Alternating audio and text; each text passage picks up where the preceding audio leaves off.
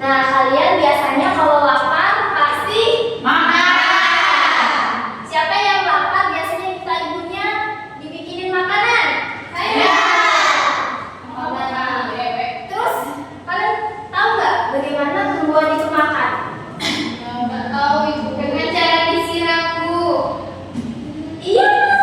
Kalau kalian kan biasanya lapar, kalian bakalan nyari makanan di dapur atau minta ibunya buatin makanan. Terus bagaimana dengan tumbuhan? Tumbuhan kan nggak punya mulut, dia tetap diam di tempat.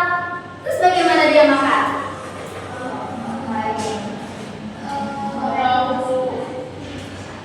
Oke, jadi tumbuhan itu makan dengan cara melakukan fotosintesis. Dan kita akan membahas apa itu fotosintesis. Siapa yang tahu apa itu fotosintesis? Ibu. Ya, Lela, apa Lela? Fotosintesis adalah proses di mana tanaman menggunakan energi cahaya dari matahari untuk memproduksi makanannya. Iya, benar. Jadi tumbuhan itu dia makan dengan cara melakukan fotosintesis.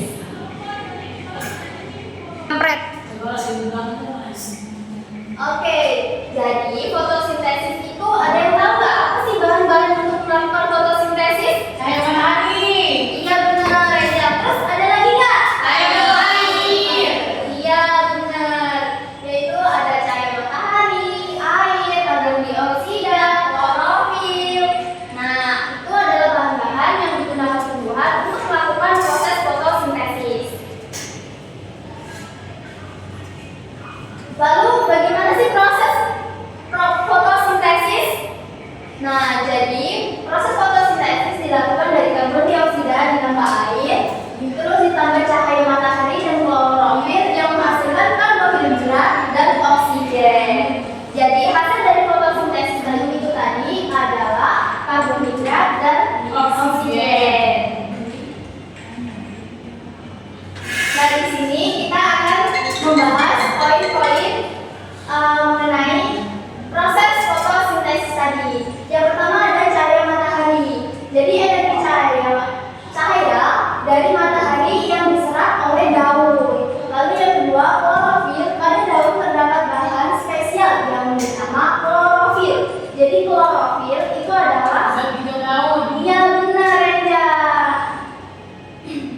Bahan ini yang menangkap cahaya matahari untuk memulai proses fotosintesis.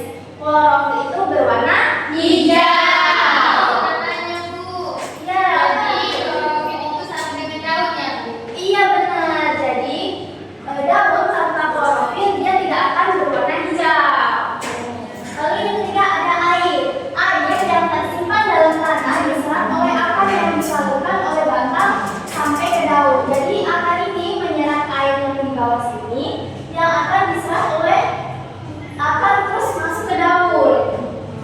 Lalu selanjutnya ada karbon dioksida. Gas karbon dioksida diserap oleh daun. Gas ini merupakan gas yang dihembuskan manusia. Jadi kita setiap hari bernapas itu kita mengeluarkan karbon dioksida. Karbon dioksida ini yang akan diserap oleh daun. Lalu selanjutnya di sini ada proses fotosintesisnya, yaitu setelah semua bahan terkumpul dari energi cahaya matahari, klorofil, air, karbon dioksida, di sini akan terjadinya proses fotosintesis, yaitu daun akan melakukan fotosintesis. Proses ini dilakukan di bagian daun yang tidak terlihat oleh mata kita yang bernama Kloroplas. iya, kloroplas. Lalu yang terakhir adalah hasil akhir. Hasilnya tadi apa? Oksigen. Dan karbohidrat. Jadi hasil akhir dari fotosintesis adalah karbohidrat atau makanan untuk tumbuh-tumbuhan tadi. Terus oksigen yang kita hirup setiap hari kita bernapas. Nah, di sini ada penjelasan lebih lanjutnya. Jadi yang pertama tumbuhan memperoleh air dari dalam tanah lalu diserap oleh akar dan dari akar disalurkan menggunakan sistem transportasi yaitu jaringan silang dan fluid disebarkan ke seluruh organ tubuh tumbuhan termasuk daun. Lalu yang kedua, karbon dioksida diperoleh dari udara yang masuk melalui stomata. Letak stomata di bagian bawah daun. Lalu yang ketiga, siapa yang membaca? Saya. Ya, coba Indah baca Indah. Fotosintesis terjadi di daun. Proses fotosintesis akan terjadi ketika klorofil pada daun menangkap sinar matahari. Lalu sinar tersebut digunakan untuk mengubah air dan karbon dioksida menjadi gula dan oksigen. Iya benar. Tepuk tangan Indah.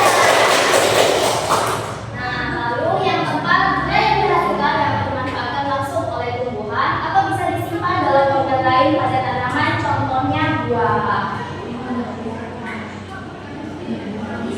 Nah, yang kelima siapa yang membaca lagi? Iya, jadi silakan. Selain gula, oksigen yang dihasilkan keluar melalui stomata lalu ke udara. Oksigen ini yang digunakan manusia untuk bernapas. Iya, tepuk tangan lagi. Nah, selanjutnya yang terakhir, hasil fotosintesis tadi itu apa?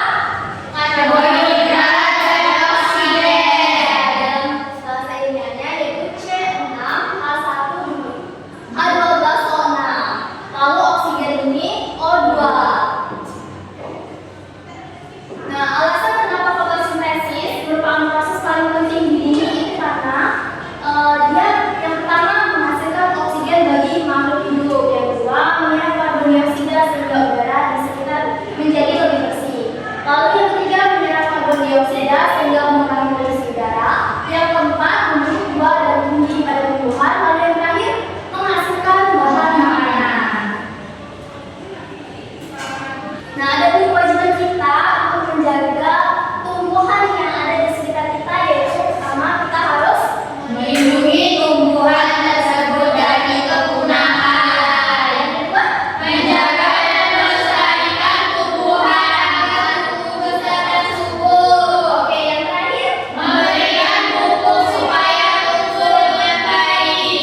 iya benar banget. Jadi semoga pelajaran hari ini bermanfaat untuk kita juga dapat menerapkannya dalam kehidupan sehari-hari.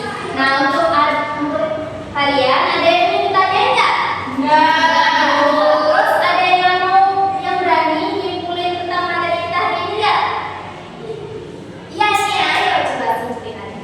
Jadi kesimpulannya pada pembelajaran kita hari ini adalah tumbuhan juga melakukan proses makan, yaitu dengan melakukan fotosintesis. Iya benar banget. Oke, yang untuk pelajaran hari ini kita buka terlebih dahulu seperti yang sebelum tadi ya. Oke, 1, 2, 3. Tangan ke atas menggapai bintang, tangan ke samping burung yang terbang, tangan ke depan ikan berenang, duduk yang rapi siap berdoa.